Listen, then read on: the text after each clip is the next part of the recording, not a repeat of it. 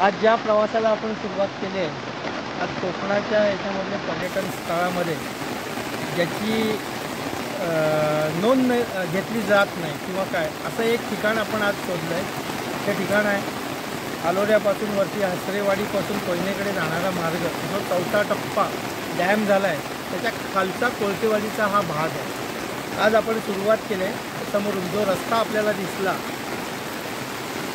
त्या रस्त्यापासून आता आपण निघालो आहे कोयनेकडे। तर हे जात असता हे सगळं विहंगमय दृश्य आपल्याला दाखवायचा प्रयत्न करतो। पुढे जाऊन वेळोवेळी तुम्हाला मी अपडेट देतोय। या प्रवासाला सुरुवात आत्ता झाली।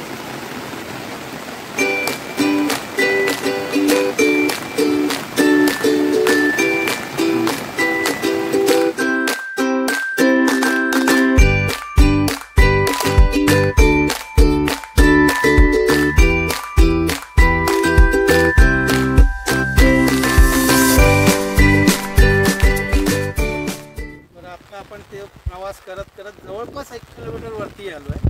ते वर येताना 50% आपला प्रवास संपत येतो इथे। आणि आता आपण ज्या स्पॉटला उभा आहे तिथे एक आत्ता मगाशी दाखवल्याप्रमाणे एक टनल आहे। त्या टनलच्या वरती इथे एक डोंगर दिसतोय।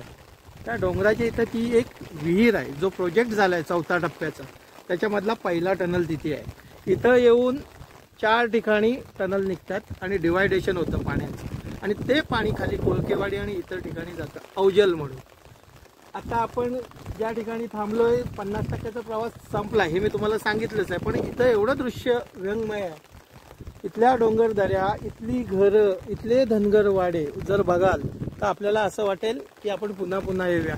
या बाबतीमध्ये सगळी माहिती व्हिडिओच्या शेवटी मी आपल्याला देणारच आहे। परंतु आता जिथं आलोय त्याचा पहिला आपण आनंद लुटूया आणि पुढे जाऊया।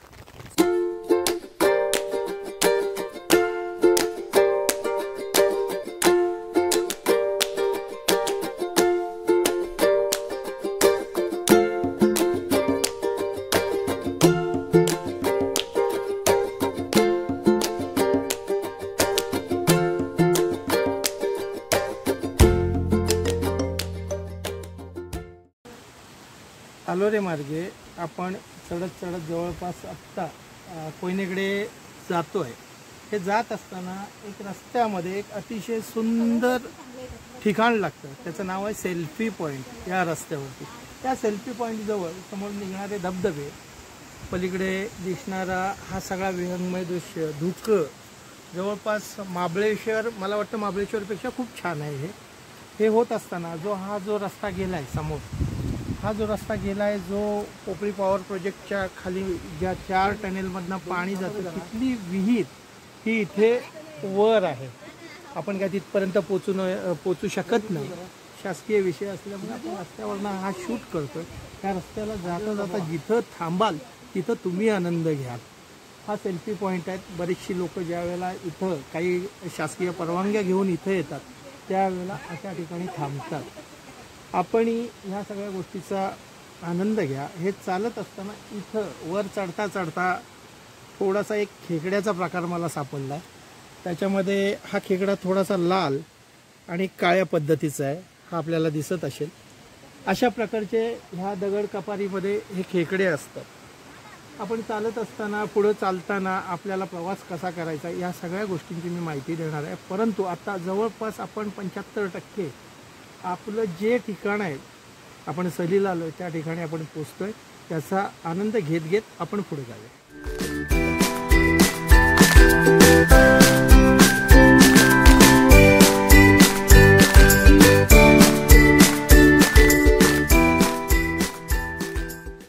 भटक्या बिडूचा पहिला प्रवास करताना, पहिला व्हिडिओ रेकॉर्ड करताना कोकणातल्या आपण कोयना भागामध्ये आहोत। जवळपास व्हिडिओ पुढे जाऊन संपणार आहे। पण याबरोबर मी ज्या वेळेला हा व्हिडिओ करत होतो त्यावेळेला मला ज्यांनी सोबत दिले त्याच्यामध्ये माझा आत्तेभाऊ संजय लाड माझ्यासोबत आहेत, त्याचबरोबर त्यांची कन्या तीही सोबत आहे, माझे चिरंजीव माहिती मागाशीच दिली तोही माझ्यासोबत आहे, माझी भार्यासोबत आहे, मी आहे। हे सगळं होत असताना या टोकापर्यंत आल्याच्या नंतर माझा भाऊ संजय हा इथेच आलोरे पाटबंधारे आणि ह्या सगळ्या ह्याच्यामध्ये त्याचे वडील होते, त्याचा भाऊ आज आहे, आज स्वतः तो राहतोय. त्यांनी एक आठवण सांगितली. ती आठवण मी पुन्हा एकदा त्याला विनंती करेन की तू ती आठवण आहे ना जरा ताजी कर. काय होत होतं, तुम्ही इथपर्यंत, आता तर आपण गाडी घेऊन आलोय, आपली गाडी स्वतःची, आपण प्रवास करतोय, पण तुम्ही इथपर्यंत येत होतात सकाळच्या वेळेला, ते कसे येत होतात? ज्यावेळी चौथा टप्प्याला सुरुवातच झाली नव्हती त्यावेळेला आम्ही पहाटे, त्यावेळेला मी जवळजवळ 8वी नदीला असेल, त्यावेळेला आमच्या घरातील आई वडील आम्ही सगळे पहाटे 5 वाजता लाकडांना आम्ही इथे यायचो. दुपारी 1 वाजेपर्यंत आम्ही परत चालत घरी जायचो. कमीत कमी 15 किलोमीटरचा पल्ला आहे. आज ज्या वेळेला भटक्या बिडूचा प्रवास नव्याने सुरुवात करतोय, जी सुरुवात आहे तिथं माझा भाऊ स्वतः बरोबर आहे आणि आज त्याची आठवण आहे ना याच्यामध्ये जागी होते. आणि आम्ही आज प्रवास करताना गाडी इथने करतोय सगळं ठीक आहे. गेले 20, 25, 30 वर्षापूर्वी ती परिस्थिती नव्हती. पण माझी एक तुम्हाला सगळ्यांना सांगणं आहे की बाबा इथं येताना तुम्ही गाडी जरी घेऊन आलात तर थोडासा प्रवास पायी करावा, तिथला आनंद घ्यावा, निसर्ग पाहावा. बाकी मी तुम्हाला काही सांगत नाही. पुढच्या टप्प्यात शेवटचं तुम्हाला कसं यायचं आहे, काय यायचं आहे, सगळं विश्लेषण मी तुम्हाला करून देईन. भटक्या बिडूची विनंती.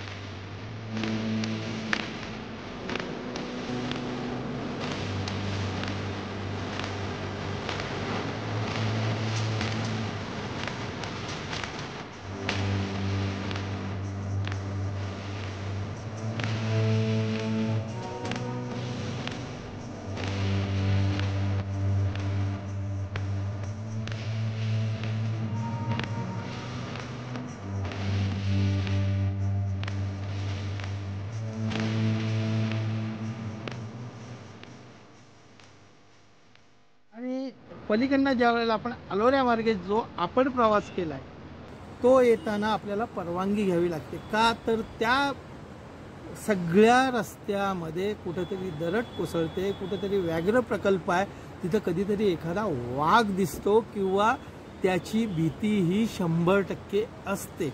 म्हणूनच येताना 2 मार्गाचा विषय असतो. एक पलीकडचा मार्ग जो खरोखर नयनरम्य आहे परंतु धोकादायक आहे. पण तिकडनं पलीकडनं पाटणकडनं हेलवाकडनं तुम्ही जर आलात तर तुम्ही सहज सोपे येऊ शकता.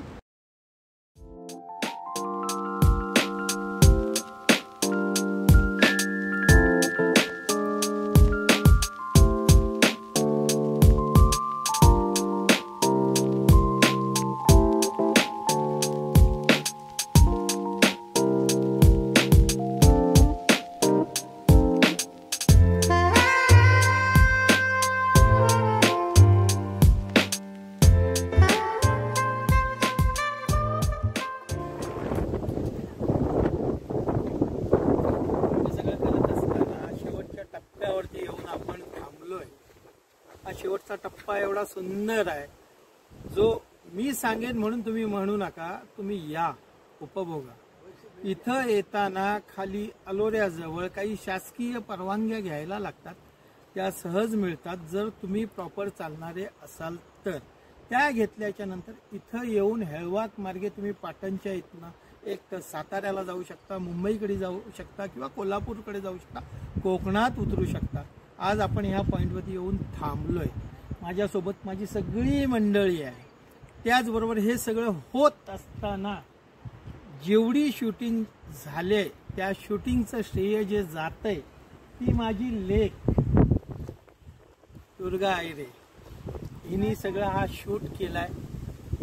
या सगळ्या शूटला जर खरोखर चांगलं काही असेल, कोकणातलं काही एखादा चांगला पॉइंट असेल तर भरभरून प्रतिसाद द्या एवढी विनंती करतो. आणि हा माझा पहिला व्हिडिओ आहे भटक्याचा भिडू, भटक्या भिडू. यासाठी खूप खूप लाईक करा, ते करा आणि शेअर करायला विसरू नका.